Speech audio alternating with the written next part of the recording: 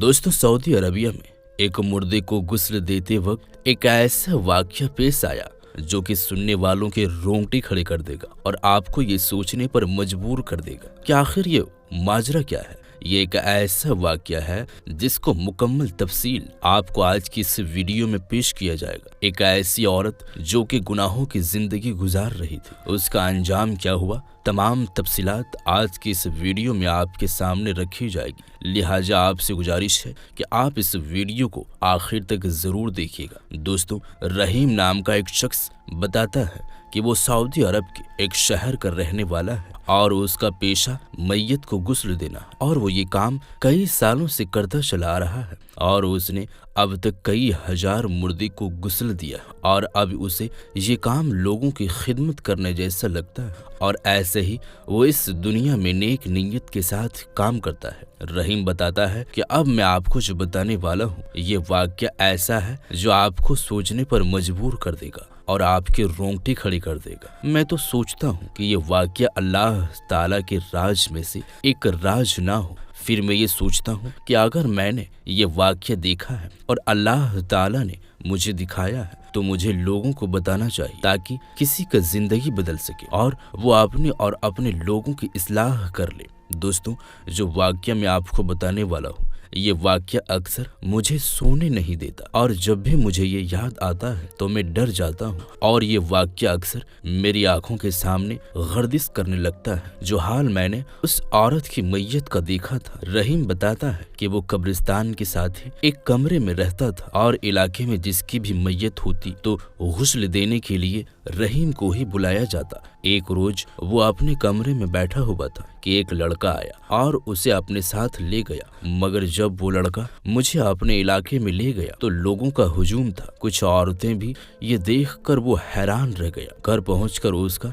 एक खातून कमरे के बाहर ले गई, जहां पर औरत की लाश देखकर उसके पैरों के तले जमीन खिसक गई और फिर वो हैरान रह गया कि औरतों की गुस्ल के लिए उन्हें क्यों बुलाया गया। और वो बाहर आया और आकर कहने लगा कि क्या तुम्हें मालूम नहीं है, नबी पाक सल्लल्लाहु ताला अलैहि वसल्लम ने औरतों को गुस्ल देने के लिए मर्द को मना किया है। ये सुनकर सब लोग कहने लगे कि हम इसके नामहरम हैं, ये अकेली रहती थी और इसकी लाश से ये मालूम हुआ कि ये मर चुकी है। अल्लाह तुम्हें माफ कर देगा अगर इस औरत को तुम गुस्ल देकर हमारी मदद करो और फिर इसे जल्द से जल्द जनाजा पढ़ाकर इसको दफन किया जाए। रहीम ने फिर इनकार किया और उन्हें समझाने की बहुत कोशिश की, मगर वो ना मानी और कहने लगे कि ये लाश ताफून ज़दा है, लिहाजा हम तो इसे गुस्ल नहीं दे पाएंगे। अब ये काम तुम्हें ही करना है, जैसे भी करो। फिर कुछ सोच समझकर रहीम मान गया और उसने शर्त रखी कि जब मैं गुस्ल दूंगा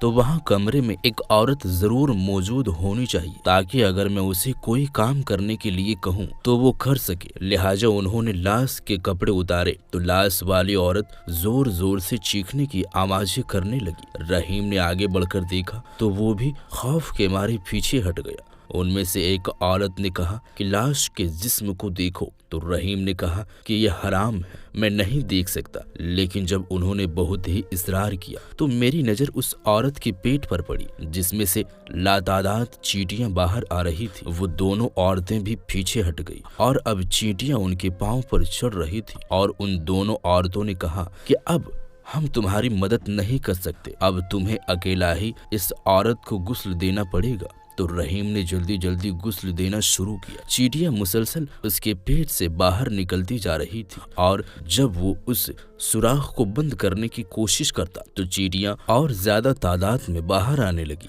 उसने गुस्ल मुकम्मल किया और जब जनाजे के बाद लाश को दफनाने के लिए कब्रिस्तान ले जाया गया और कब्रिस्तान में उतारते हुए भी उन्हें मुश्किल का सामना करना पड़ा।